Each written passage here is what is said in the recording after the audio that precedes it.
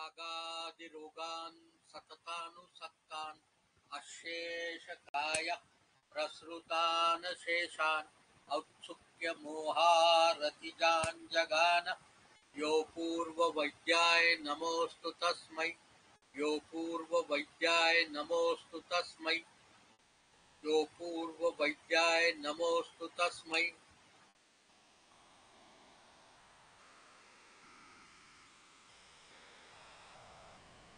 नमस्कार। आज आपला सहज नाडी परीक्षेचा खास गुन्हेगारांसाठी म्हणून असलेला हा विशेष कार्यक्रमाचा दुसरा दिवस। काल आपण नाडी परीक्षेची ओळख करून घेतली आणि नाडी परीक्षा कशी करायची याबाबत उहापोह केला। आजपासून आपण प्रत्यक्षतः नाडी परीक्षा याचा विचार करूयात आणि त्यानंतर आपण वेगवेगळ्या स्तरांमध्ये नाडी परीक्षा कशी करायची त्याबद्दल पाहूया। आज ज्योतिजी बोला। हॅलो बोला।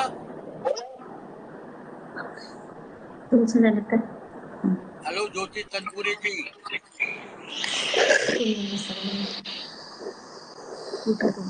हॅलो,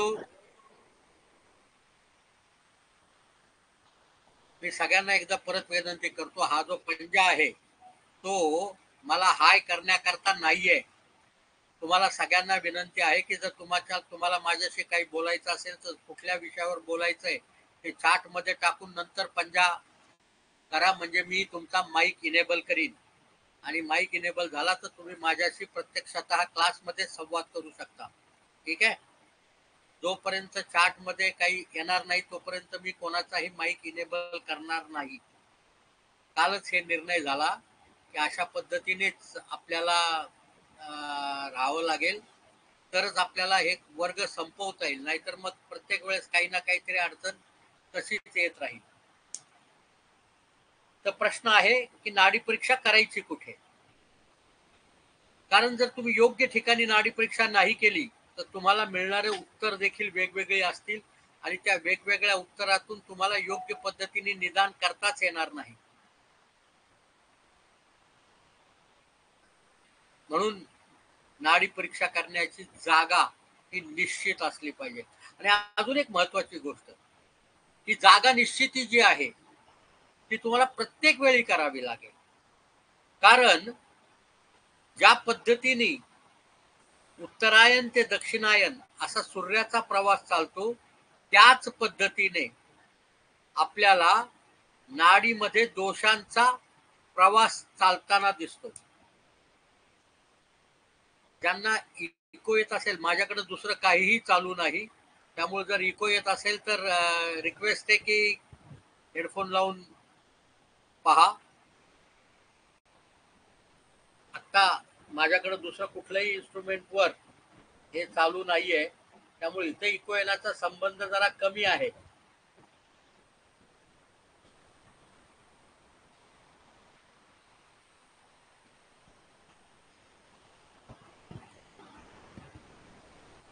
तर सगळ्यात महत्वाची गोष्ट जी आहे नाडी परीक्षेचं लोकेशन, मी कालही तुम्हाला सांगितलं, जर काही नाडी परीक्षेमध्ये शिकण्यासारखं आणि शिकवण्यासारखं जे काय आहे ते आहे नाडी परीक्षेची जागा निश्चिती करणं।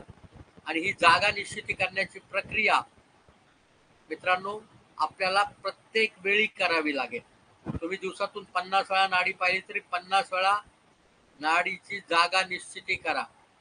कारण नाडी मधला स्पंदन जो आहे तो हृदयातून होणाऱ्या प्रवाहामुळे होतो आणि तो हृदयातला प्रवाह जो आहे ओजाचा प्रवाह कमी जास्ती वेगवेगळ्या पद्धतीने होत असतो। डायनॅमिक असल्यामुळं त्या ठिकाणी जागा थोडीशी इकडे तिकडे होते। म्हणजे असं नाही होत की नाडी जी तुमच्या अंगुष्ठ मुलाशी लागणार आहे ती कुठेतरी अंगठ्यावर गेली, असं नाही होत। परंतु जी काही फाईन ट्युनिंग आहे ती फाईन ट्युनिंग तुम्हाला करणं भाग पडेल आणि ती फाईन ट्युनिंग केली तर नाडी परीक्षा जास्ती सटीकपणे करता येतो असा माझा अनुभव आहे। आपण कालच पाहिलं की नाडी परीक्षा करताना आपल्याला कुठं पाहायचंय, धमनीवर पाहायचंय। आणि धमनी कुठली? तर अंगुष्ठ मुलाच्या खाली असणारी धमनी, आणि ती धमनी म्हणजे रेडियल आर्टरी. त्या रेडियल आर्टरीच्या लोअर 1/3 मध्ये नाडी परीक्षा केली जाते. का बरं लोअर 1/3 मध्ये? तर त्याच्यासाठी अनाटॉमिकल कारण आहे. Anatomically lower 1/3 of radial artery ही शरीरातली मोस्ट सुपरफिशियल आर्टरी आहे. मोस्ट सुपरफिशियल आर्टरी लक्षात ठेवा. आणि त्याही बरोबर अजून एक फार महत्वाची गोष्ट आहे, इट्स ओनली सबक्युटेनियस आर्टरी, म्हणजे त्वचेच्या लागोलाग खाली असणारी आणि सर्वात वरती असणारी, त्याच्यामध्ये मध्ये दुसरं काहीही नाही, पेशिया फॅट असलं काहीही मध्ये येत नाही. तिसरी महत्वाची गोष्ट ही त्या रेडियस बोनच्या फ्लॅट सरफेस वरून जाते, त्यामुळे तुम्हाला तिथं दाबायलाही सोपं पडतं. आता ह्या तिन्ही अनाटॉमिकल कारणासकट अजून एक कारण आहे. आपण मध्यंतरी मी एक होमवर्क सगळ्यांना दिलं होतं की तुम्ही नाडीचे ठोके कुठे लागतात हे पहा. काही लोक सोडली तर बहुतांश लोकांच्या एवढ्या तुकड्यातच नाडी परीक्षेचे ठोके जाणवले होते, आणि ते देखील एका सरळ रेषेत. त्या एका सरळ रेषेचं फार विशेष कारण आहे की जेव्हा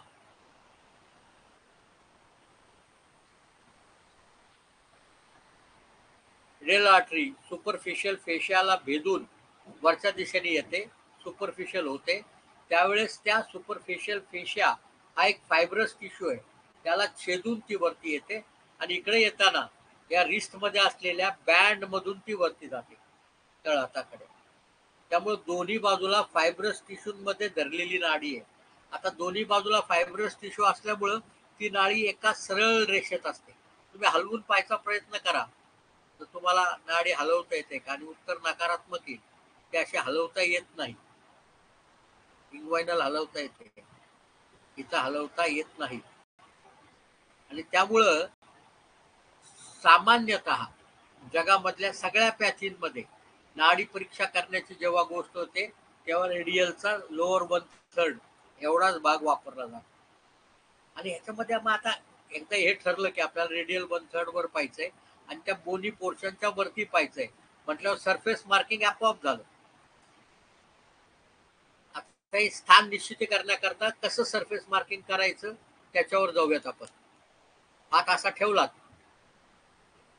की अंगठ्याच्या मध्यभागापासून ह्या हाताच्या धारेवर बोट तुमचं तर्जनीचं जर खाली सरकवलं तर तुम्हाला इथे एक बोनी उंचवटा मिळतो.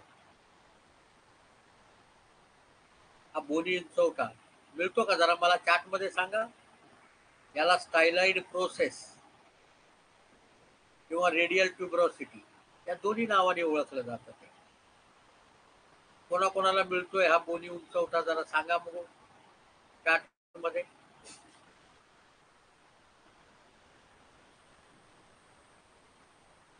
गुड.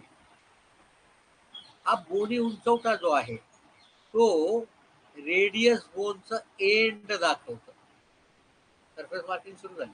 आता हे रेडियस बोनचं एंड आहे, हा म्हणजे याच्या खाली आता हा सबंध भाग एंड मध्ये येतो रेडियसचा. मग आता तुम्हाला करायचं काय आहे, इथून थोडस एखाद सेंटीमीटर आतमध्ये मीडियली जायचं. तिथे बोन आहे, तुम्ही दाबलं की बोन लागतं, पहा आता लागतंय का बोन. त्या बोनच्या खालच्या भागाला जायचं थोडस.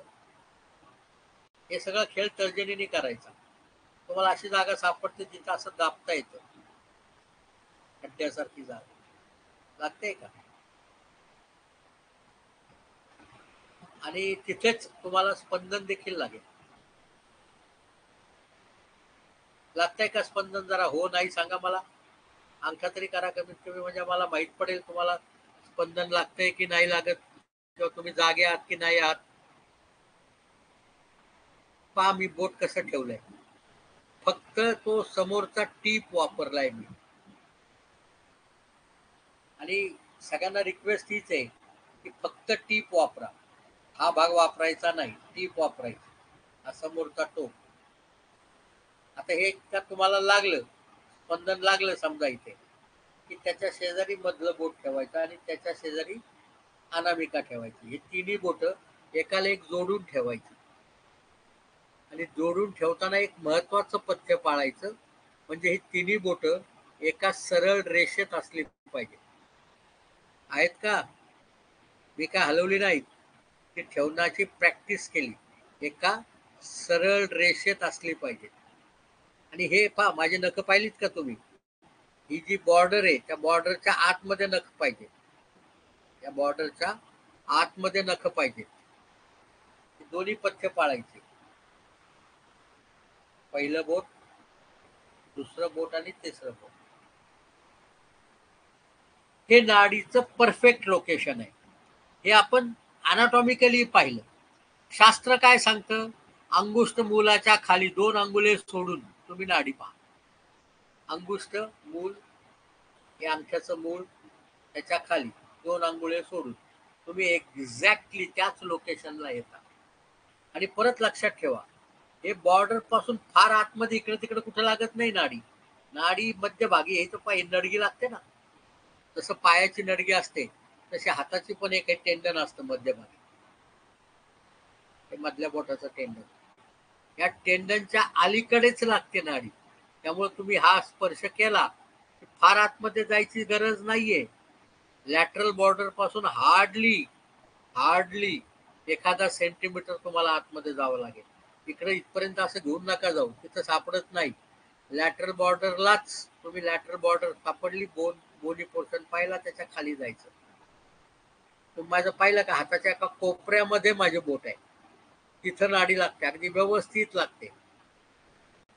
इतर ठिकाणी तुम्हाला इनडायरेक्ट पल्सेशन लागतं. कारण हे जे डायरेक्ट पल्सेशन आहे त्या ठिकाणी ते दुसरीकडच्या टिश्यूला स्टिम्युलेट करतं, म्हणून तुम्हाला इनडायरेक्ट पल्सेशन लागते. तर तुम्ही डायरेक्ट आर्टरीवर बोट ठेवता, त्यामुळे हे परफेक्ट जागा आहे. त्याच्या शेजारी मधलं बोट आणि त्याच्या शेजारी तिसरं बोट. हे चित्र तुमच्या लक्षात राहिलं पाहिजे तिन्ही बोटांवर. मग आता तुम्ही नीट पाहिलं तर माझं मधलं बोट थोडंसं वाकलेलं दिसेल तुम्हाला. दिसतंय का वाकलेलं? त्यामुळे काय होतं की ही जी नॉर्मल अशी असलेली बोट आहेत, मी मधलं बोट वाकवलं की ती तिन्ही एका लेअरला येतात. वाकवलेलं दिसतंय? असं नाही दिसणार, पण साईड व्ह्यू घेतला की दिसेल की मी मधलं बोट वाकवलंय. नाही तर नॉर्मल बोट असे असतात, आणि अशी बोट टिकवली तर फक्त मधलं बोट टेकतं, तर्जनी आणि अनामिका वरतीच राहतं अभ्यंतरी. याच्यासाठी प्रॅक्टिस करायला एक सोपा उपाय आहे. तुमच्या तिथे टेबल असेल तर टेबलवर असं टॅप करा तिन्ही बोट. टॅप केलं की ते तिन्ही बोट एका ओळीत येतात. तुम्हाला मग लक्षात येईल की किती वाकडं करावं लागतं. आणि ते हळूहळू थोड्याशा प्रॅक्टिसने, म्हणजे त्याला काय फार वेळ लागत नाही, थोडीशी प्रॅक्टिस केली की हे सहजपणे साध्य होतं. हे नाडी परीक्षेचं लोकेशन आहे, लक्षात ठेवा. एकदा लोकेशन सापडलं, आता शिकताना नाही, पण एकदा लोकेशन सापडलं की नाडी परीक्षा करताना 5ही स्तरांचं परीक्षण आपल्याला त्या लोकेशन वरून करावं लागेल. त्यामुळे ते लोकेशन सोडायचं नाही.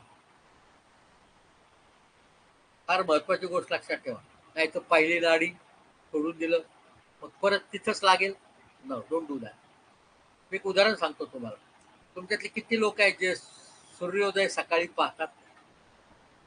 सकाळचा सूर्योदय, सूर्योदय सकाळीच होतो म्हणा. हा गाढवपणा आहे, पिवळं पितांबर म्हणण्यासारखा. वेदतो व्याघात गावाचा दोष झाला.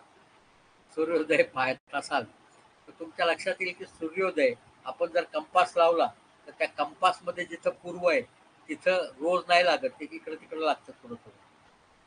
वर्षातून 2दा फक्त ते त्या ठिकाणी लागतं.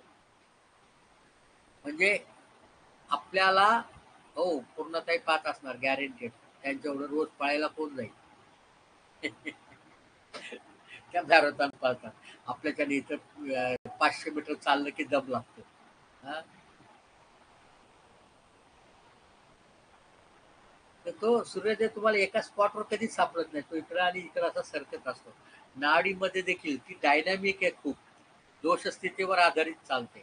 त्यामुळे त्याच्यामध्ये जागेवर बदल होतो, आणि तुम्ही जागा बदलली की तुमच्या फाईन ट्युनिंग मध्ये बदल होईल. आणि फाईन ट्युनिंग मध्ये बदल झाला तर नाडीचं लोकेशन बदलेल. लोकेशन बदललं की संपूर्ण नाडी परीक्षा ही त्या लोकेशनवर आधारित आहे. त्यामुळं प्रयत्न करा की लोकेशन शोधूनच नाडी परीक्षा करायची. आता हे जे आपण लोकेशन शोधून ज्या जागेवर आलो आहोत आणि जिथं बोट ठेवली,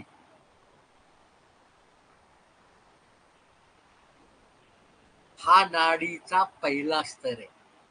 हा नाडीचा पहिला स्तर आहे आणि त्या पहिल्या स्तरामध्ये आपल्याला 6 गोष्टी शोधायच्या असतात.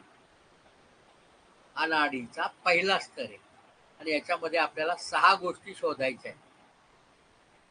सगळ्यात महत्वाचा पहिला भाग या नाडीचा स्पर्श कसा आहे. पहा, मी तुम्हाला सांगितलं होतं की नाडी हा एक वेव्ह फॉर्म आहे. नाडी हा एक वेव्ह फॉर्म आहे आणि वेव्ह फॉर्म म्हटल्यावर काय, वेव्हचे सगळे नियम त्याला लागू होतात. वेव्हचे सगळे नियम त्याला लागू होतात.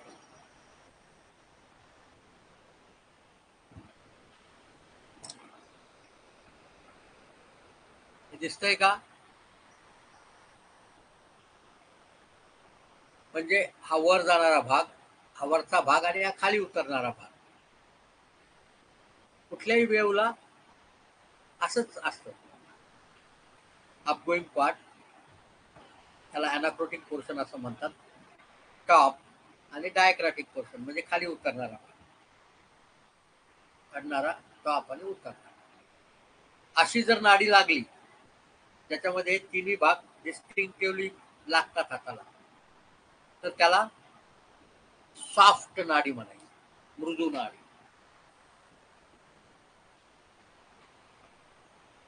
ही सॉफ्ट नाडी. लाट, वेव म्हणजे लाट, ऑफकोर्स लाट आली. पण काही वेळा काय होतं की ही वरती जाते आणि लागोलाग खाली येते. तिला टॉप नसतो, वर जाते आणि लागोलाग खाली येते. ही ब्रॉड अँगल आहे आणि ही शॉर्ट अँगल आहे. ही ब्रॉड अँगल आहे आणि ही शॉर्ट अँगल आहे. तिला तीक्ष्ण नाडी म्हणायचं, प्रिकिंग.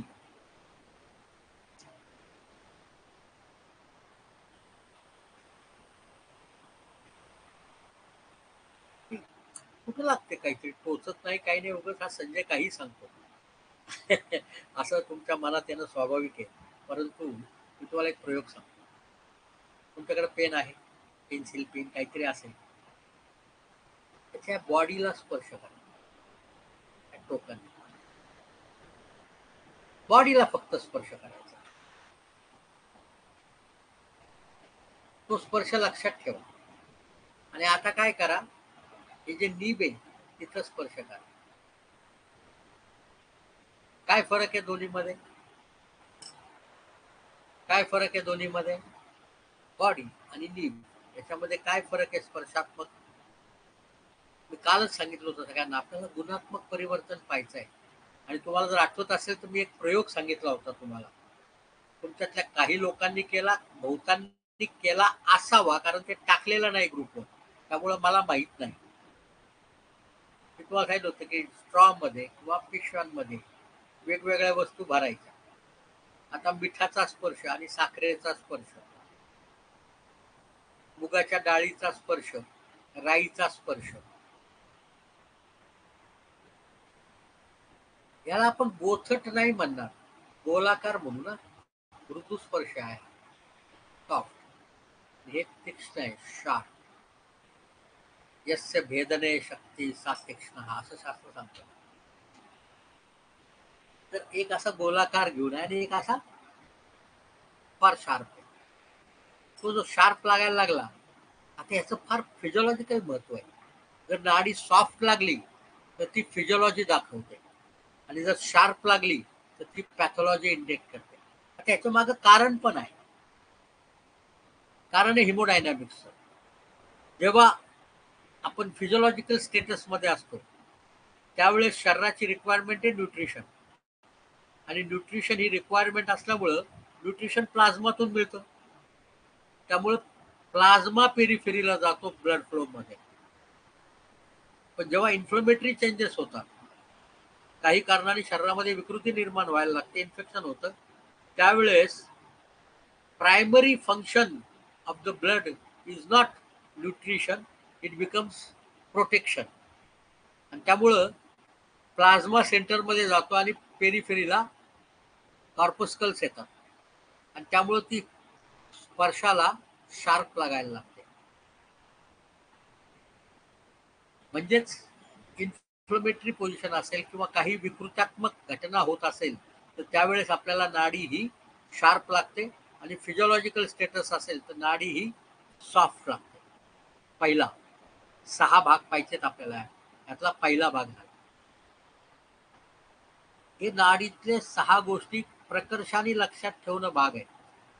हे त्यातलं थोडंसं अवघड प्रकरण एवढं एकच आहे, थोडंसं अवघड. मी थोडंसं अवघड याच्यासाठी बघतो की आपण नाडी पाहताना असा विचार कधी केलेलाच नसतो आणि तो विचार न केल्यामुळं तशा पद्धतीने विचार करावा असं आपल्या लक्षात येत नाही आणि तो लक्षात न आल्यामुळं आपल्याला वाटतं स्पंदन तर लागतंय. आता त्या आपल्याला स्पंदनाच्या सूक्ष्मतेचा विचार करायचा आहे, त्या स्पंदनाचा शारीर गुणात्मक विचार करायचा आहे, त्याचा अनालिसिस करायचा आहे. पहिला भाग मृदू आणि तीक्ष्ण. दुसरा नाडीचे स्पंदन लागतात. तिन्ही बोटं ठेवा म्हणजे आपल्या बोटाखाली स्पंदन लागायला लागलं. सामान्यपणे हे स्पंद अतिशय नियमितपणे लागतात आणि या नियमितपणे लागायसाठी हे जे त्याचं तत्व आहे त्याचा वापर करून एक यंत्र बनवलं गेलं. जे यंत्र आपल्या सगळ्यांची जिंदगी खराब करतं. घड्याळ. गॅलिलिओला जेव्हा लक्षात आलं की लंबक जो आहे तो एकदा टाकला की ते इक्वल फेऱ्या मारतो आणि आता इक्वल फेऱ्या मोजण्याकरता त्यांनी स्वतःच्या नाडीचा उपयोग केला आणि घड्याळाचा शोध लावला. आज आपण दवाखान्यामध्ये पाहतो की नाडीवर बोट ठेवून एका मिनिटात किती ठोके असं पाहायला शिकवलं जातं आणि 15 सेकंदात करून त्याला 4 गुणलं जातं प्रॅक्टिसमध्ये. सगळ्या नर्सेस 15 सेकंद मोजून त्याला 4 गुणून सांगतात की एवढा रेट आहे. हातात मोजायला पाहिजे 1 मिनिटभर. परंतु नाडी परीक्षा करता तुमची बोट नाडीवर कमीत कमी 20 सेकंद असली पाहिजे. कमीत कमी 20 सेकंद. कमीत कमी 20 ठोके तरी तुम्ही पाहायला हवे. म्हणजे 16-17 सेकंद तरी असायला हवं. आहे 20 ठोके का पाहिजे की त्याची नियमितता जी आहे ती कशी आहे हे पाहावं लागतं. आणि जनरली जर अनियमित नाडी असेल ती त्या 20 ठोक्याच्या आत असते. अनियमित नाडी ही 20 ठोक्याच्या जनरली आत असते. त्यामुळं तिथं जर अनियमितता सापडली म्हणजे काही वेळा बीट मिस झाली किंवा काही वेळा एक्स्ट्रा बीट आली, या दोन्हीतलं काहीही झालं तरी आपल्याला लक्षात काय येतं की नाडीमध्ये अनियमितता आहे. आता ही अनियमित नाडी जी आहे ही अनियमित नाडी आपल्याला ह्या त्या परिस्थितीमध्ये कुठेतरी हृदय आणि धमन्या कार्डिओव्हास्क्युलर सिस्टीम ज्याला आपण म्हणतो त्याच्यामध्ये काहीतरी संबंध त्या कार्यामध्ये आहे याची जाणकारी करून देतो. म्हणजे नाडीतला पहिला भाग पाहिला आपण तो आहे मृदू किंवा तीक्ष्ण. दुसरा भाग आहे ते नियमित आहे का अनियमित. अनियमित जास्ती महत्वपूर्ण, कारण अनियमित नाडी जर आली तर आपल्याला माहिती होतं की कार्डिओव्हास्क्युलर सिस्टीम इन्व्हॉल्ड आहे. त्याच्या ठिकाणी जे काही घटना घडत असेल त्याच्यामध्ये हृदय आणि रक्तवाहिनी धमन्या याचा कुठे ना कुठेतरी संबंध आहे. हा दुसरा भाग. 2 भाग झाले. 6 पैकी 2, 1/3 संपलं. हा तिसरा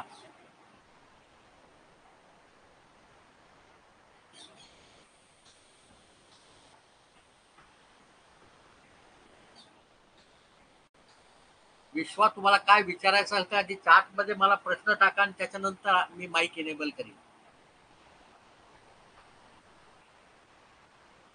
चॅट मध्ये प्रश्न येऊ दे तुमचा. तुमचा प्रश्न काही दिसत नाहीये मला, कारण मी कालपासून खूप वेळा माईक इनेबल करून थकलोय.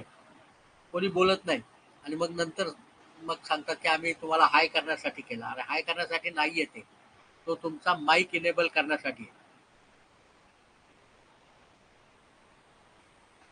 Then you, Anshuji, if you want to ask me question, please put on your waving so I can enable the mic.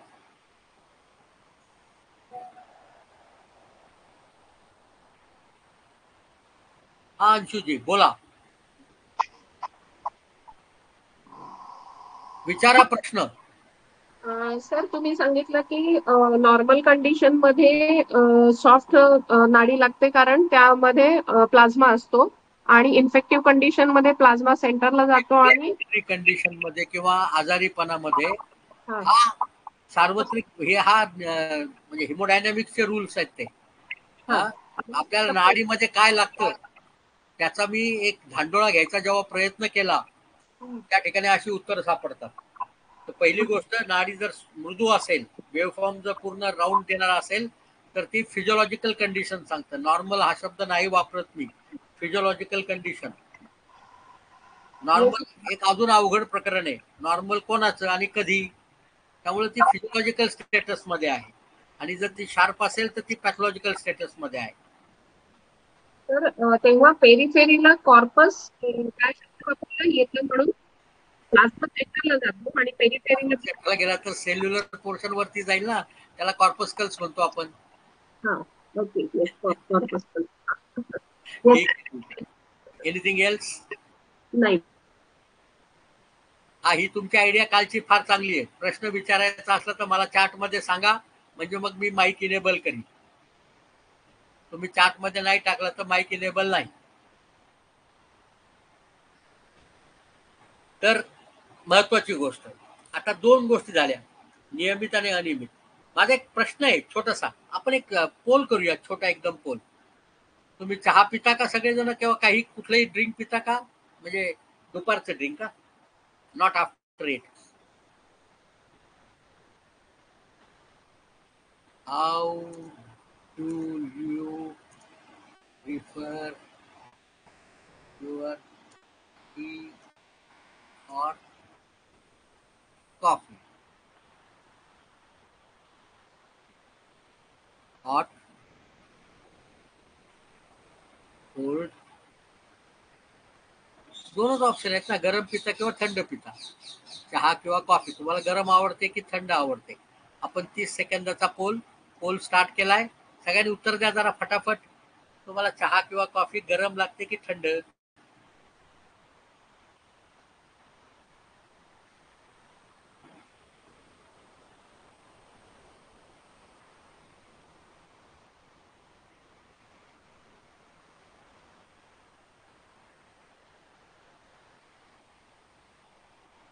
एवढा विचार करावा लागतो, चहा कॉफी थंड लागते का गरम?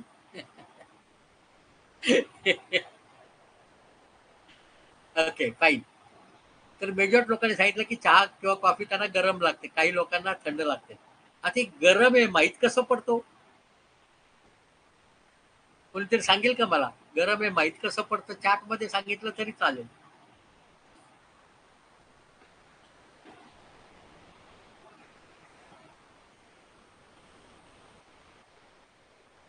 हे तुम्हाला माहित कसं पडतं चहा गरम आहे की? अच्छा, पूर्णताई म्हणतात की चहामध्ये बोट घालून पाहतात त्या. कुणीच करत नाही आपण असं, काही वेळा जिभेला लागतो. हा, आता जितेंद्र सर जीभ घालून पाहतात, असं नाही करत. पण काय करतो, कप पकडतो आणि कपाला तो उष्ण स्पर्श लागतो. कपाला उष्ण स्पर्श लागतो आणि आपल्याला समजतं की चहा गरम आहे की थंड आहे. मला हा हा प्रश्न ज्यावेळेस मी सांगतो सगळ्यांना, मला आमच्या वेळेसचे जीएस, आम्ही ज्यावेळेस ऍडमिशन घेतली त्यावेळेसचे जीएस प्रमोद कासलीवाल सर, हा, पैठणवाले कासलीवालचे, त्यांची आठवण येते.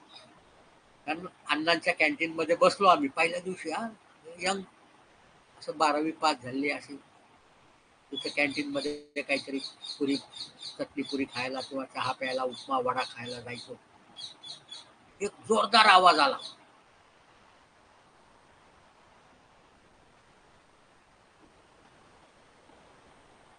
ते घोड्याचं युरिन घेऊन या. आणि आम्ही पाहिलं कोण बोलतंय, मग लक्षात आलं की प्रमोद सर आहेत. सगळ्यांना त्या काळाच्या लोकांना आठवत असेल. हा जो गरम आहे, गाडीचा स्पर्श आपल्याला पाहायचा आहे.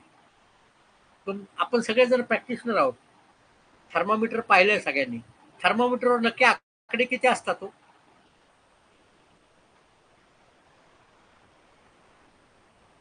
थर्मामीटरवर नक्की आकडे किती असतात सांगाल का कोणतरी मला?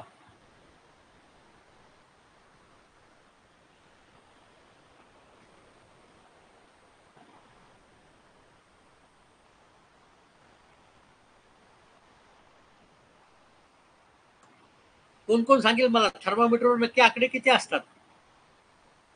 थर्मामीटर, क्लिनिकल थर्मामीटर आपण सगळेजण पाहतो. अरे आता आता डिजिटल वापरतो हो, कधीतरी वापरला असेल ना. रोहित भाई आपके लिए नहीं है. आपने गलत, ये कार्यक्रम सिर्फ गुने कॉलेज के एल्यूमिनाई और प्रेजेंट स्टूडेंट्स के लिए है और ये विशेषतः मराठी में है. अगर आपने गलती से ये ज्वाइन किया है तो मेरी आपसे विनती है कि आप उसे छोड़ सकते हैं क्योंकि ये मराठी में होने वाला है. 106. बर, वाव. अजून चला लॉटरी काढूयात. अजून आकडे. HDFC बैंक स्पॉट व्यापार पर 1285 रुपये प्राप्त हुए. अजून वेगवेगळे आकडे काढा ना. हा, 94 पासून 106 पर्यंत. अजून हे जरा जास्ती स्पेसिफाय झालं. अजून अजून कोणी आहे का? लक्षात ठेवा 94 पण नसतं. 95चा आकडा पहिला आकडा असतो आणि त्याच्या खाली 9 रेगा असतात आणि शेवटचा आकडा 108चा असतो.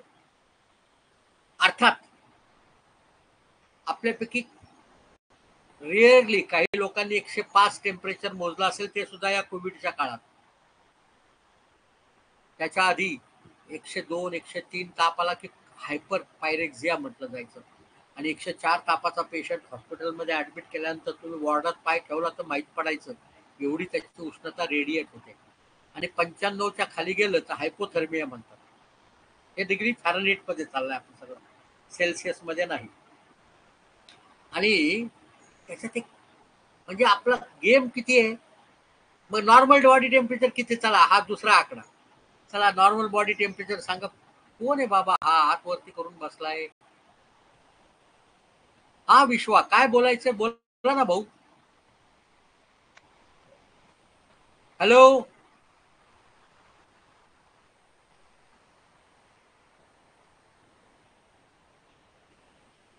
लतिकाजी, तुम्हाला काही बोलायचं आहे?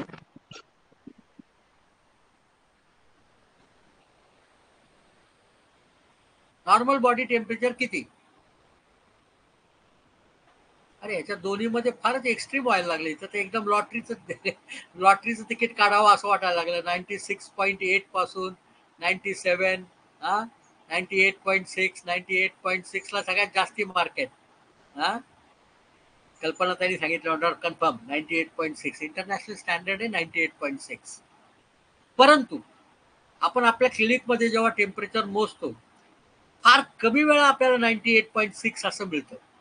98.4, 98, 97.5, 96, 99, 98.9, 98.8, 7 असं वेगवेगळं मिळतं. 98.6 असं परफेक्ट असं मिळत नाही, कारण ते ॲव्हरेज आहे. हे ॲव्हरेज आहे. आपल्याला टेम्परेचर व्हेरिएटिंग मिळतं. मग ही गेम किती आहे?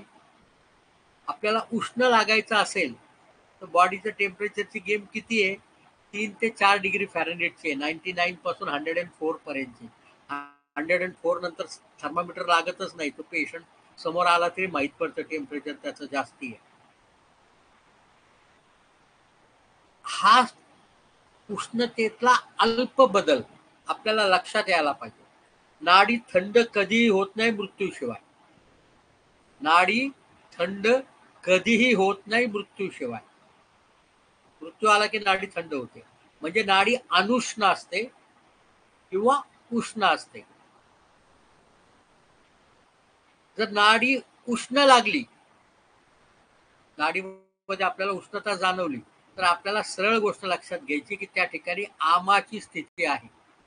आम आहे. आता आम म्हणजे काय? आम आदमी पक्षातला आम नाही. आम म्हणजे उष्मनो अल्पबलत्वेन धातू माध्यम अपाचितम आममिती उच्यते. म्हणजे कायाग्नीच्या अल्पबलामुळे जो पहिला धातू निर्माण होतो, त्यांनी रस हा शब्द नाही वापरला, हे लक्षात ठेवा. त्यांनी जो पहिला धातू निर्माण होतो, त्या पहिला धातू हा अपक्व निर्माण होतो, त्याला आम असं म्हटलं जातं, असं सांगितलं. हा जो आम आहे तो उष्ण आहे स्पर्शाने, आणि त्यामुळे नाडीमध्ये उष्णता लागते. जर नाडीमध्ये उष्णता लागली की समजायचं आमाची स्थिती. मला प्रत्येक क्लासमध्ये हा प्रश्न विचारला जातो, सर बुखार होगा तो नाडी उष्ण लगेगी, म्हणजे ताप असला तर नाडी गरमच लागेल ना. बरोबर आहे. ताप असला की आमाची स्थिती असतेच.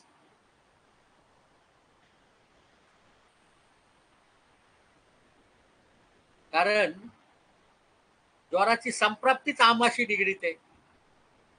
ज्वरदासू रसानुगा, हा जो अग्नी आहे तो शरीराच्या बाहेर निघतो आणि तो रसानुग होतो, म्हणून तर आपल्याला ज्वर निर्मिती होते. ज्वर हा आमाचा पहिला लक्षण आहे. म्हणजे जर नाडीमध्ये उष्णता लागली ही आम, हे लक्षात ठेवायचं. अनुष्ण नाडी असते. बिलकुल विचारा. तुम्ही माईक ऑन करण्यासाठी सांगा मला, हात वरती केला की माईक ऑन करता येतो.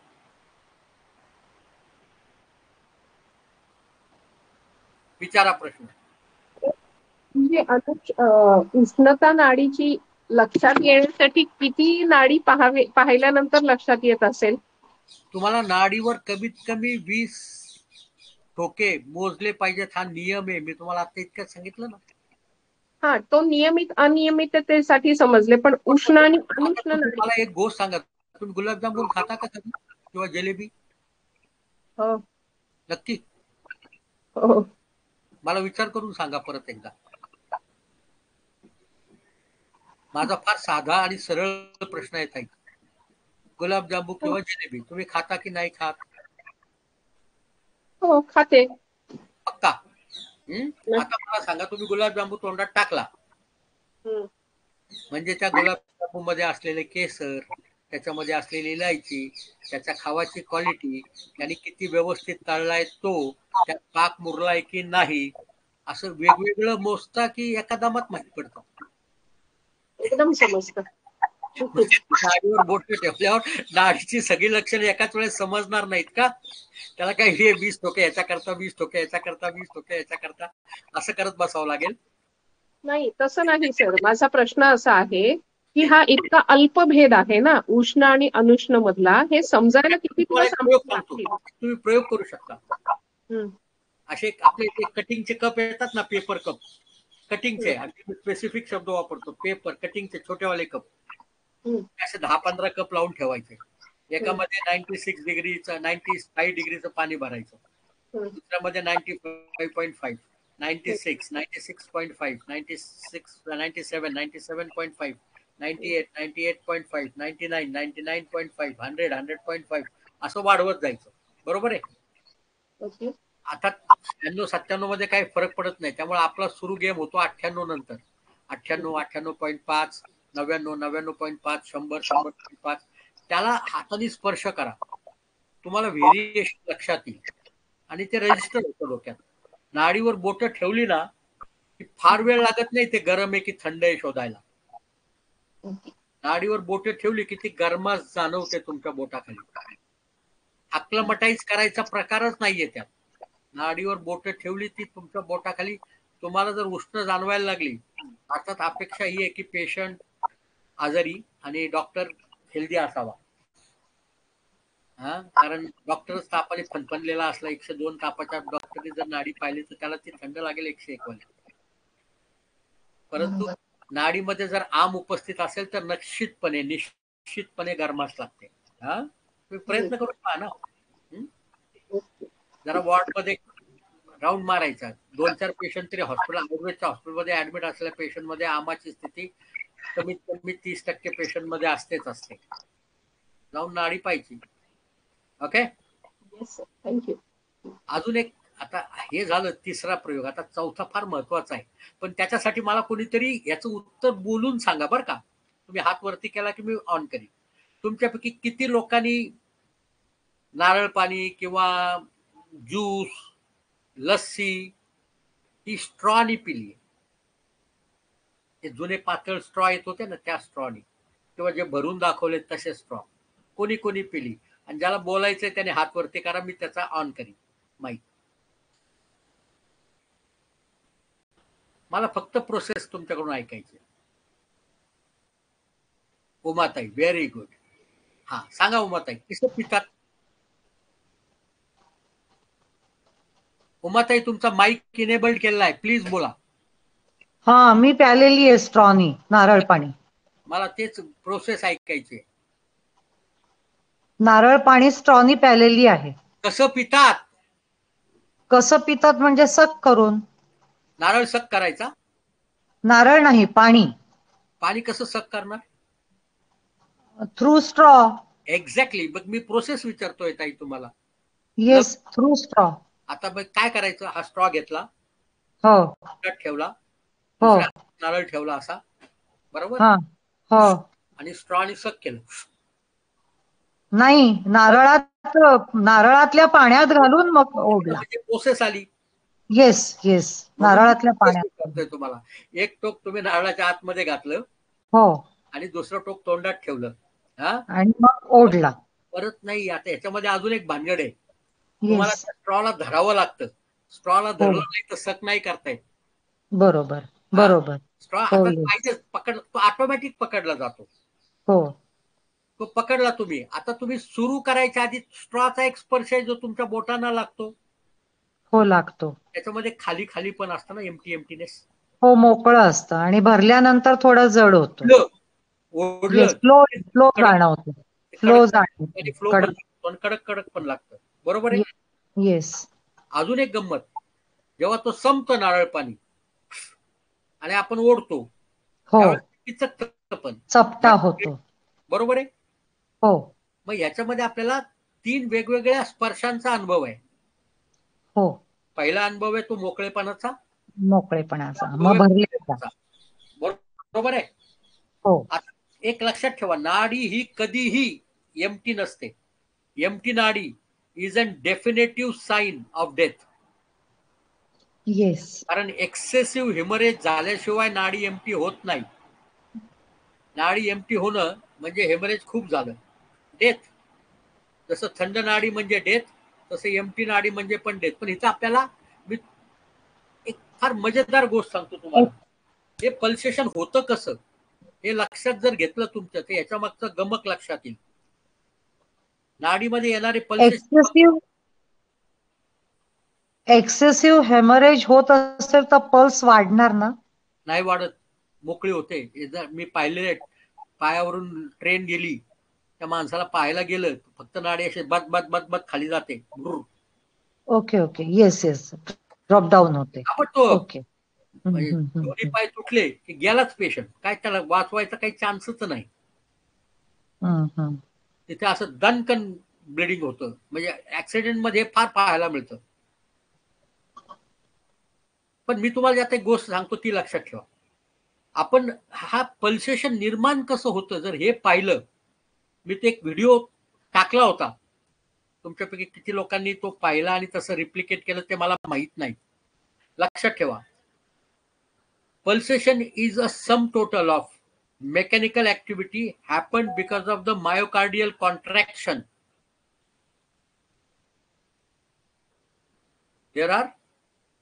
It's a sum total of myocardial contraction in the left ventricle. आता लेफ्ट वेंट्रिकलचा जो कॉन्ट्रॅक्शन आहे ते प्रचंड ताकदीचं असतं. कारण ते एवढ्या ताकदीचं पाहिजे की त्यांनी रक्त तुमच्या पायापर्यंत जाऊन ते परत वरती आलं पाहिजे, एवढी क्षमता त्या याच्यामध्ये आहे, कॉन्ट्रॅक्शन मध्ये आहे. तर ते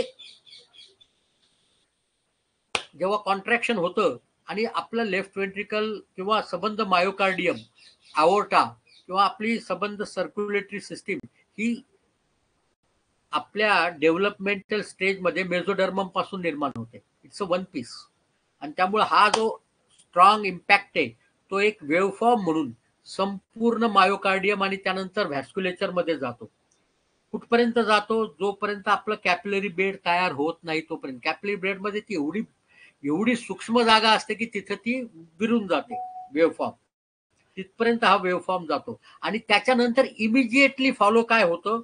because of this myocardial contraction त्याच मध्ये ब्लडचा बोलस फेकला जातो. आणि हा जो लेफ्ट वेंट्रिकल कॉन्ट्रॅक्शनचा इम्पॅक्ट आहे तो व्हेरिएटिंग आहे. व्हेरिएटिंग याच्यासाठी आहे की तो कंट्रोल्ड आहे. पॅरासिम्पॅथॅटिक सिम्पॅथॅटिक नर्वस सिस्टीम ते सुरू होतं कुठून? सायनो ॲट्रिबल नोड पासून सुरू होतं, ॲट्रो व्हेंट्रिकल नोड पासून. तिथून निघालेले electrical impulses bundle of His मधून किंवा पर्किन्जे फायबर्स मधून मायोकार्डियम पर्यंत येतात आणि मायोकार्डियम कॉन्ट्रॅक्शन मध्ये जातं. परंतु हे जे सायनो ॲट्रिबल नोड्स आहेत त्या कंट्रोल्ड कोणापासून आहेत? तर सिम्पॅथॅटिक पॅरासिम्पॅथॅटिक नर्वस सिस्टीम आणि व्हेगस पासून. आता ही सिम्पॅथॅटिक आणि पॅरासिम्पॅथॅटिक नर्वस सिस्टीम तुमच्या environmental changes, emotional changes, physiological changes, pathological changes किंवा फूड या सगळ्यांनी इम्पेअर होते. किंवा इव्हन व्हेगसला डायरेक्ट सप्लाय आपल्या स्टमकला देखील व्हेगसचा आहे. त्यामुळे तिथं काही बदल झाला की तो लगेच व्हेगसमध्ये बदल करतो. आणि म्हणून प्रत्येक वेळेस हा जो इलेक्ट्रिकल करंट आहे तो एकसारखा येत नाही. आणि एकसारखा न आल्यामुळं हा जो मायोकार्डियल इम्पॅक्ट आहे तो व्हेरिएटिंग आहे. ही गोष्ट 30 वर्ष आधीपर्यंत फारशी लक्षात येत नव्हती. ह्याला नाव आहे heart rate variability. Heart rate variability HRV नावाने ओळखलं जातं. ही हार्ट रेट व्हेरिएबिलिटी लक्षात कधी आली? जेव्हा डिजिटलायझेशन झालं ECGचं त्यावेळेस लक्षात आलं की सुरुवातीला माहीत पडलं की 2 RR मध्ये एकसारखं नसतं. हाईट वेगळी आणि दोन्ही मधलं डिस्टन्स देखील वेगवेगळं असतं. आता पहा, आपण ECG काढतो 25 सेकंड पर 25 mm पर सेकंडच्या स्पीडवर आणि त्याच्यामध्ये RRची टोकवरची ही एकाच अंतरावर नसतात. हे पहिलं फाइंडिंग आहे. आणि मग आता तर खूप झालं. आता पी वेव्हची हाईट, पी वेव्हचा डिस्टन्स, पी आणि क्यू मधला डिस्टन्स, QRS कॉम्प्लेक्सचा अँगल, आर वेव्ह मधला डिस्टन्स, टी वेव्ह मधला डिस्टन्स ST मधला आणि टी वेव्हची साईज त्याच्यातला डिफरन्स या सगळ्यांचं अनालिसिस केलं जातं. आणि त्या अनालिसिस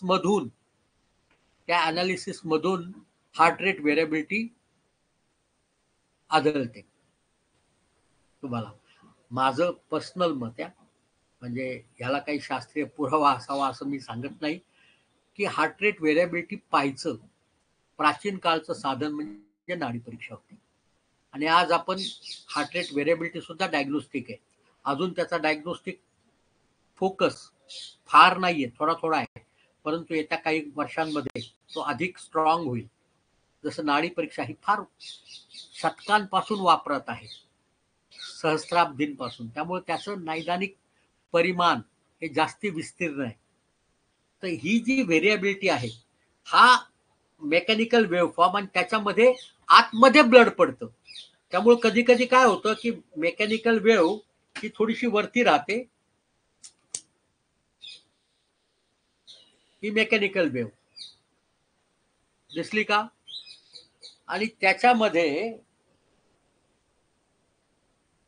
आपल्याला ही दुसरा वेव्हफॉर्म मी डॉटेड दाखवतो तो त्या फ्लोचा असेल. दिसतोय का? मी जरा थोडस एक कमी करतो तीव्रता. जाणवतंय का? दिसतंय का नाही दिसत? 2 दाखवलेत मी, पहा. दिसतंय का? मला तर फार विजिबल दिसते, तुम्हाला का दिसत नाही बरं? एक अखंड आहे लाईन मारलेली, त्याच्या आतमध्ये थेंब थेंब टिपके केलेत. आता जर हे दुसरं जर भरलेलं असेल वरपर्यंत तर नाडी फुल लागते. आणि ते जर त्याच्यापेक्षा कमी असलं की नाडी ही एमटी लागते. एमटी म्हणजे पूर्ण एमटी नसते, कंपॅरेटिव्हली एमटी. नाडी भरलेली लागणं, टसटशीत लागणं हे ॲक्यूट गोष्टी सांगतं आणि ती जर मोकळी लागली तर ती क्रॉनिक सांगतं. पहा आता आपल्याकडे 4 गोष्टी झाल्या. पहिली गोष्ट झाली ती प्रिकिंग आहे की सॉफ्ट आहे. दुसरी गोष्ट झाली नियमित आहे की अनियमित आहे. तिसरी झाली ती वार्म आहे की नॉट वार्म आहे. चौथी झाली ती फुल आहे की एम्प्टी. या 4 गोष्टीमधून 4 वेगवेगळ्या गोष्टी आपल्याला शोधता येतात. आता ह्याच्यानंतर ती गोष्ट फार सोपी आहे. अतिशय म्हणजे ह्याच्यापेक्षा सोपा असूच शकत नाही. नाडीवर बोटं ठेवली आपण. ठेवा बघू बोटं. प्रत्येक वेळेस तुम्ही जर मला ऑब्झर्व केलं तर लक्षात येईल तुमच्या, मी प्रत्येक वेळेस नाडी पाहताना माझ्या तर्जनीने ती जागा शोधतो आणि त्यानंतर बोटं ठेवतो.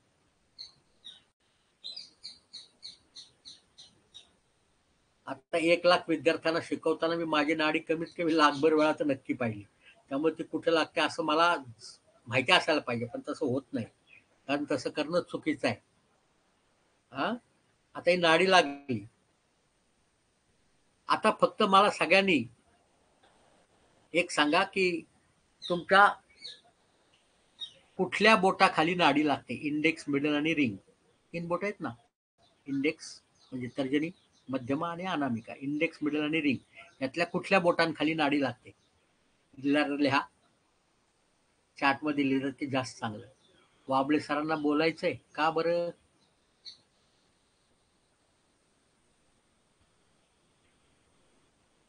हा कल्पनाजी बोला. हॅलो कल्पना.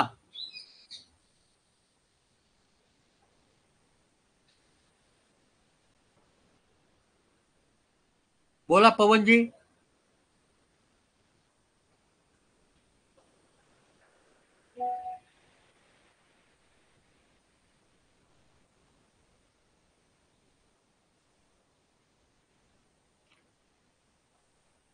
हे विश्वाला कुठल्या बोटाखाली? तिन्ही बोटाखाली लागते. बरं चाल. काहींना 2, काहींना 3, काहींना एका बोटाखाली. हा, आता अजून एक सांगा मला, या तिन्ही बोटांखाली एकसारखी लागते की वेगवेगळी लागते? स्पंदनाची तीव्रता एकसारखी आहे की वेगवेगळी आहे? स्पंदनाची तीव्रता ही वेगवेगळी आहे की एकसारखी आहे? आणि वेगवेगळी असेल तर कुठल्या बोटाखाली सगळ्यात जास्ती लागते?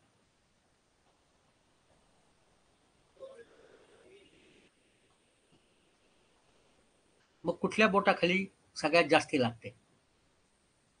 Very good, lovely. इंडेक्स मध्ये सगळ्यात जास्त लागते. काही बोटांमध्ये काही ना काही ठिकाणी लागेल. म्हणजेच याचा अर्थ जरी ती आर्टरी एकच असली, आपण एका लेवललाच पाहत असलो तरी सुद्धा आपल्याला त्याची तीव्रता ही वेगवेगळी लागते. आणि त्याचं कारण आपल्याला आयुर्वेदामध्ये सापडतं. आता या ठिकाणी आपल्याला सगळ्यात महत्वाची गोष्ट काय आहे इथं शोधायचं? काय आहे आपल्याला? कुठल्या बोटाखाली नाडी लागते? जर ती तर्जनी खाली लागली,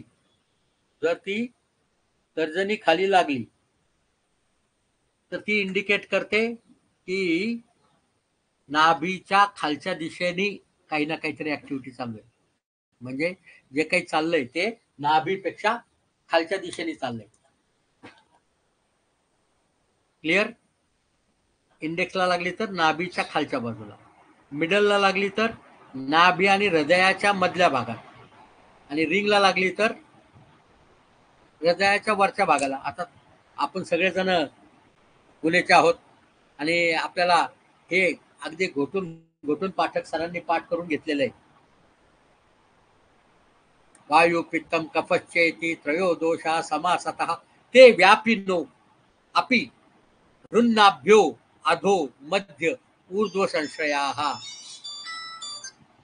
रुन्नाभ्यो अधो मध्य ऊर्ध्व संशयाः म्हणजेच जरी वात पित्त कफ संपूर्ण शरीरात व्याप्त असले तरी त्याची स्थानं वेगवेगळी सांगितली आहेत. परंतु या ठिकाणी कृपा करून त्याला वात पित्त कफामध्ये विभाजित करू नका. साधी सोपी सरळ गोष्ट.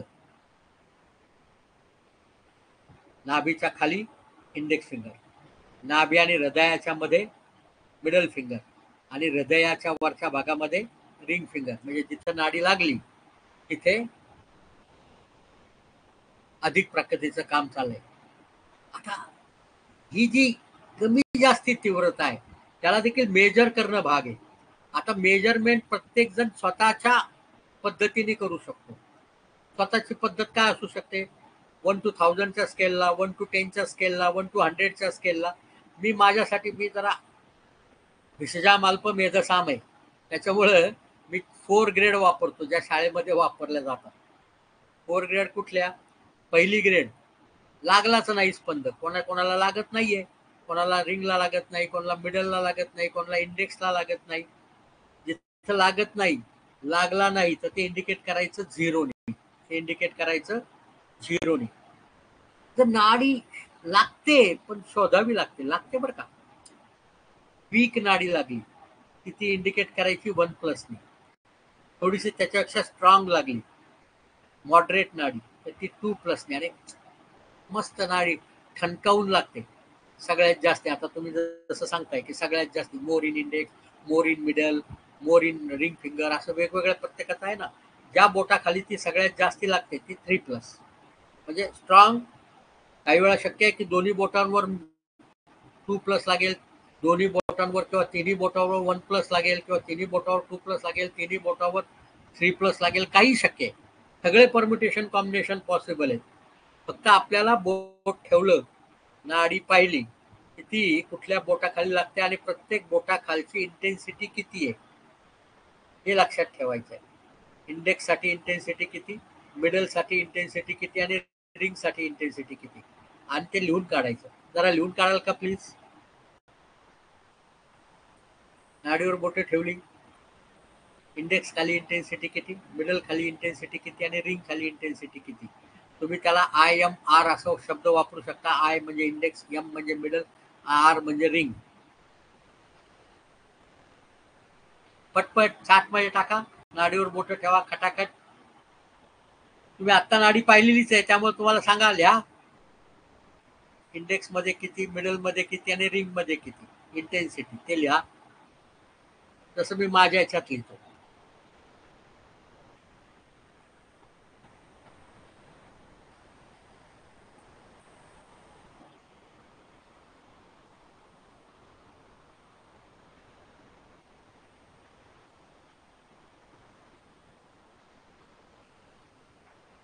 Very good, very good.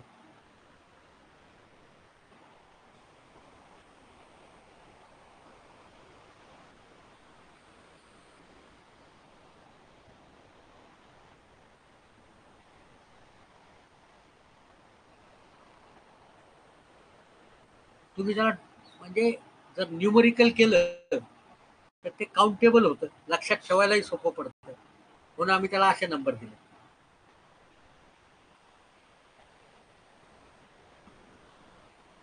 ज्या ठिकाणी तीव्रता जास्ती लागते तो भाग त्या क्षणाला जास्ती ऍक्टिव्ह आहे, असं लक्षात ठेवायचं. म्हणजे समजा जर आजारपण असेल तर त्या भागात आजारपण अधिक. जर समजा त्या भागात तीव्रता, नाडी सॉफ्ट आहे परंतु इंडेक्समध्ये तीव्रता लागते, तर अधो भागामध्ये काही ना काहीतरी महत्वाचं काम चालू आहे. त्यांच्या शरीरामध्ये आता मध्यमा अधिक लागते ना, त्यांनी जस्ट हे सुरू व्हायच्या जस्ट आधी चांगलं जेवण केलेलं असावं. 1 तासभर झालाय आपला, 58 मिनिटं आणि 50 सेकंद, तरी सुद्धा ते पचनाची प्रक्रिया चालू आहे अजून. मधला भाग ऍक्टिव्ह आहे. असं शोधता येतं. म्हणजे नाडीचा, शरीराचा अधोभाग, मध्यभाग आणि ऊर्ध्वभाग, अशा पद्धतीने आपल्याला सहजपणे नाडी परीक्षा करता येते. मी सगळ्यांना एक रिक्वेस्ट करीन. रिक्वेस्ट छोटीशी आहे. एक चार्ट बनवायचा. पहिल्या कॉलम मध्ये वेळ लिहायची, किती वाजता नाडी पाहिली. दुसऱ्या कॉलम मध्ये तुम्ही त्यावेळेस काय काय काम करतो ते लिहायचं. हा विचारा, प्रश्न विचारायला तुम्ही सांगितलं, तुम्हाला हात वरती करायचा लगेच. दुसऱ्या कॉलम मध्ये तुम्ही त्यावेळेस काय काम करता ते लिहायचं. तिसऱ्या कॉलम मध्ये ती नाडी प्रिकिंग आहे, ती सॉफ्ट आहे, म्हणजे तीक्ष्ण आहे की मृदू आहे, ते लिहायचं. बरोबर. चौथ्या कॉलम मध्ये ती रेग्युलर आहे की इरेग्युलर आहे ते लिहायचं. पाचव्या कॉलम मध्ये तुम्हाला नाडी उष्ण आहे की अनुष्ण आहे ते लिहायचं. सहाव्या कॉलम मध्ये तुम्हाला नाडी मध्ये कठीणता भरलेली लागते की मोकळी लागते ते लिहायचं. सातव्या कॉलम मध्ये इंडेक्स खाली तीव्रता किती आहे ते लिहायचं. 8व्या कॉलम मध्ये मिडल खाली तीव्रता किती आहे ते लिहायचं आणि 9व्या कॉलम मध्ये रिंगच्या खाली तीव्रता किती आहे लिहायचं. असा एक चार्ट बनवायचा. दर 15-20 मिनिटाला स्वतःची नाडी पाहायची आणि ती लिहून काढायची आणि उद्या 12 वाजेपर्यंत करून 12 वाजता हा चार्ट अपलोड करायचा ग्रुपवर फोटो करून. ओके, हे जर केलं तर तुम्हाला नाडी परीक्षा करताना जास्ती फायदा होईल. प्लीज अंशुजी, प्रश्न. हा सर, मला असा प्रश्न पडला की आता माझं इंडेक्स फिंगरला 1+ आलेला आहे. मला असं वाटलं की आता माझे म्हणजे जेवण करून मला जवळजवळ 2-2.5 तास झालेले आहेत आणि आता डोक्याचं काम चालू आहे. तर मला सहज असं वाटलं की मला R ला लागायला पाहिजे होती. तर हा प्रश्न पडला मला की आता बुद्धीचं काम करते आहे तर. नाडी परीक्षा करताना एक नियम म्हणून लक्षात ठेवा. नियम, हं. आपल्याला जे वाटतं ते नाडी शोधू नका, त्यालाही गडबड करतं. ओके. आता तुम्हाला तुमच्या डोक्याचं काम चालू आहे असं वाटलं असलं तरी तुमच्या शरीराला तसं वाटत नसावं. शरीरामध्ये अधोभागामध्ये काहीतरी तीव्र काम त्याच्यापेक्षा अधिक तीव्र तर चालू असेल, ते तुमच्या नाडीमध्ये प्रकर्षाने दिसतं लगेच. ओके. म्हणजे लेक्चर संपल्यावर तुम्ही जे काही ताबडतोबीने करणार आहात त्याचं उदाहरण असावं ते. ओके. सर, परत एकदा ते 9 तुम्ही हे सांगितले ते एकदा रिपीट करा ना प्लीज. वेळ, काम काय करताय? वेळ, तुम्ही वेळ किती वाजता लिहिली? 3 हो. वाजून 10 मिनिटांनी. काय करत त्याच्यापूर्वी. होता? चहा पित होते, हं. टॉयलेटला जाऊन आले, टॉयलेटला आहे, जाते आहे, काय करायचंय. त्यानंतर तुमचं प्रिकिंग आहे की सॉफ्ट आहे पहिला भाग, रेग्युलर आहे की इरेग्युलर आहे दुसरा भाग, हं. उष्ण आहे की अनुष्ण आहे तिसरा भाग, हं. भरलेली आहे की पोकळ आहे चौथा भाग, इंडेक्स खाली तीव्रता किती पाचवा, मिडल खाली तीव्रता किती सहावा आणि रिंग खाली तीव्रता किती सातवा. संपलं. 9 सांगितले होते सर मगाशी. भाग आहे वेळ. हो. कृती. तुम्ही त्यावेळेस काय काम करता आहात ते दुसरा. हो. तिसरा आहे प्रिकिंग आहे की सॉफ्ट आहे. हो. चौथा आहे तुमची नाडी नियमित आहे की अनियमित. हो. उष्ण अनुष्ण. पाचवा आहे काय ती उष्ण उष्ण आहे की अनुष्ण. उष्ण. सहावा आहे ती भरली. भरलेली आहे की पोकळ. हं. सातवा आहे इंडेक्स खाली तीव्रता किती, आठवा मिडल खाली तीव्रता किती, नववा हो. रिंग खाली तीव्रता किती. मी बोलताना शब्द इकडे तिकडे होऊ शकतात माझ्याकडून, झाले. येस, झाले. Thank you sir. खूपदा शक्य आहे. हा, पण आपल्याला आयटम तेवढे 6च आहेत, त्याचे 9 कॉलम तयार होतात. ते 9 कॉलम बनवायचे. एक्सेल शीट मध्ये बनवलं तरी चालतं, प्रिंट मारायची, येस सर. ग्रुपमध्ये टाकायची, प्रिंट नाही मारली तरी थँक्यू सर. चॅट ग्रुपलाच टाकता येईल. हो. अच्छा, मी चार्ट टाकू असं तुमचं मत आहे. बरं, ठीक आहे, मी माझ्याकडचा चार्ट ग्रुपमध्ये टाकतो. परंतु माझी रिक्वेस्ट आहे की तुमच्यापैकी कोणतरी करून टाकावं. मी देईन 100%. आपला क्लास संपला की टाकी.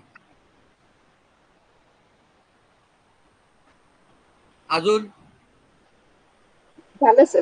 थँक्यू. तुमच्या काही उमाताई, तुमच्याकडे वर्कबुक आहे नाडी परीक्षेचं आपलं मराठीतलं. त्या वर्कबुक मध्ये इमिजिएट एक्सप्रेशन खाली हा कॉलम आहे, तुम्ही त्याचा फोटो घेऊन टाकू शकता. आपल्यापैकी खूप लोकांनी आपल्या पुनर्भेट या कार्यक्रमामध्ये माझ्याकडून पुस्तकांचा संच विकत घेतलेला आहे. त्या संचामध्ये एक वर्कबुक नावाचं पुस्तक आहे, असं निळ्या रंगाचं.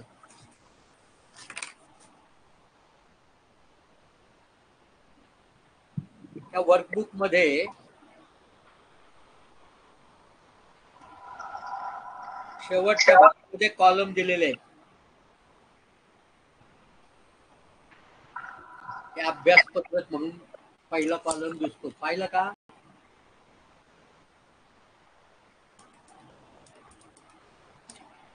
दिसला का?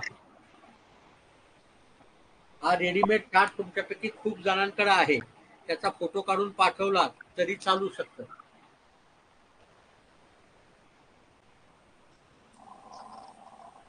मी पण तेच करणार आहे, त्याशिवाय तुमच्यापैकी कोणतरी करा. अरे क्या बात है, आता हा प्रश्न आला बा जितेंद्र भाई कडून. हा, मी विचारच करत होतो, राईट हँड का लेफ्ट हँड. हा प्रश्न अजून कसा दोन्ही हाताची काय फरक पडतो. हा,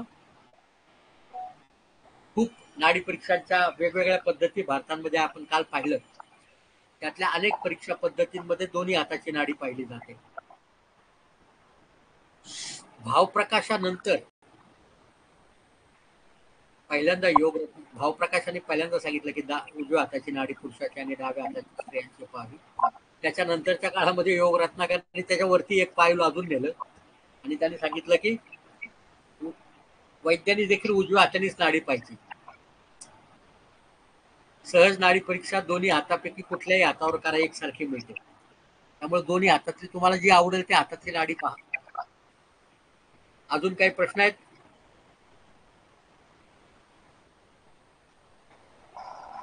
हा पूर्णाताई बोला.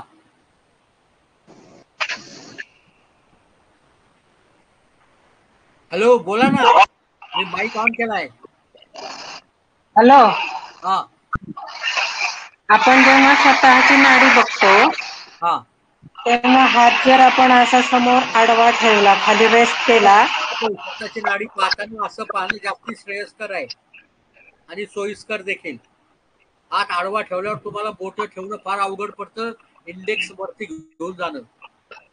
हो, पण मग अनामिका अंगठ्याच्या बाजूला येते. हात खाली ठेवू शकता. स्वतःची नाडी पाहताना हात खाली ठेवू नका, असं ठेवा. हे जास्ती सोपं पडतं, अनुभवातून आलेलं आहे ते. ओके. चला उद्या भेटूयात. अरे बापरे, ब्लड प्रेशर येत असेल वेगवेगळं, आपली नाडी परीक्षा एकसारखी येते असं मी नाही सांगत, हचिन्सन पण सांगतो. माझाही अनुभव आहे. चायनीज नाडी परीक्षेमध्ये दोन्ही हाताची नाडी पाहिली जाते. युनानी नाडी परीक्षेमध्ये दोन्ही हाताची नाडी पाहिली जाते. नंदी नाडीमध्ये, शिवनाडीमध्ये दोन्ही हाताची नाडी पाहिली जाते. अगस्त नाडीमध्ये दोन्ही हाताची नाडी पाहिली जाते. जे तामिळमध्ये सिद्ध सिस्टीम मध्ये जी नाडी चालते, सिद्ध नाडी जी आहे ती दोन्ही हाताची पाहिली जाते. त्यामुळे नाडी कुठल्या हाताची पाहिजे हा काही भागांमध्ये विशिष्ट पद्धतीने प्रसारित केलेला भाग आहे आणि ज्यांनी स्वतःच्या इच्छेनुसार पाहिलं. माझं त्याच्याबद्दल पॉझिटिव्ह आणि निगेटिव्ह दोन्ही मतं नाही. मी जी नाडी परीक्षा पद्धती शिकवतो, सहज नाडी परीक्षा पद्धती, ही मी विकसित केलेली नाडी परीक्षा पद्धती आहे, जी सांख्य नाडी परीक्षा पद्धतीवर आधारित आहे. त्याच्यामध्ये आम्ही दोन्हीपैकी कुठल्याही हाताची नाडी पाहतो. Anything else? उद्या बोलूयात. प्रश्न असतील तर ग्रुपमध्ये टाका, आपण उत्तर देऊयात. त्याची प्रयत्न करायचा, मी उत्तर द्यायचा प्रयत्न करीन. जर देता आली तर तेवढंच मलाही बरं वाटतं. आपल्या परिवाराबद्दल गप्पा मारताना माहेरी आल्यासारखं. हा म्हणजे इतकं इझी टू रीच आहे ताई. मी परत सांगतो, नाडी परीक्षा ही अत्यंत इझी आहे, रिपीटेबल आहे, रिप्लिकेबल आहे. फक्त आपण त्याच्याकडं निदान शोधायच्या भानगडीत जातो. निदान नका शोधू, फक्त नाडीला शोधा. नाडीमध्ये काय गुण सापडतात तेवढी शोधा. तर नाडी तुम्हाला चुकीच्या दिशेने घेऊन जात नाही. तुम्ही निदान शोधायचा प्रयत्न केला. आता जसं अंशुताईंनी सांगितलं की माझं तर जेवण होऊन 1 तास होऊन गेला, आता माझा मेंदू चालायला पाहिजे, पण त्यांच्यामध्ये खालच्या दिशेमध्ये सापडतंय. याचा अर्थ शरीर त्यांचं कुठल्या वेगळ्या दिशेने काम करतं, आपला मेंदू हृदय वेगळ्या दिशेने काम करतं. त्यामुळे नाडी माझा आतापर्यंतचा अनुभव गेल्या 35 वर्षाचा मी तुमच्याशी शेअर करू शकतो. त्याच्यामध्ये एक गोष्ट प्रकर्षाने जाणवली, ती म्हणजे नाडी सत्य सांगते. आपल्या मेंदूत काही का असना, रुग्णाच्या शरीरात काही घडलेलं असना, नाही आता हे युट्यूबला नाही टाकणार मी. हा आपण ज्यांना आपल्या ज्या आपण करता यायचे त्यांच्याकरता हे आहे. युट्यूबला टाकलं की मग लोक अटेंड नाही करत. काल 103 लोक होती, मी युट्यूबला टाकलं तर आज 68 लोक आहेत. I am not going to do it on YouTube. नमस्कार. पुन्हा भेटूयात उद्या दुपारी 2 वाजता ह्याच चॅनलवर. तोपर्यंत नाडी पाहत राहा आणि त्याची नोंद करत राहा. नाडी पाहत राहा आणि त्याची नोंद करत राहा. ही नोंद फार महत्वाची आहे. म्हणजे नाडीत जर शिकायचं असेल तर ती नोंद करणं जरुरी आहे. नोंद केली तर ती सहजपणे तुम्हाला. बोला अंशुताई पटकन, माझे पेशंट येऊन बसलेत. सर तुम्ही आता असं म्हटले होते की माझा काहीतरी अनुभव सांगतो 35 वर्षाचा आणि इंटरप्ट झालं म्हणून. नाही, वर्षाचा अनुभव सांगितला मी की दोन्हीपैकी कुठल्याही हाताची नाडी सारखीच असते. Okay sir, okay. ठीक आहे. थँक्यू.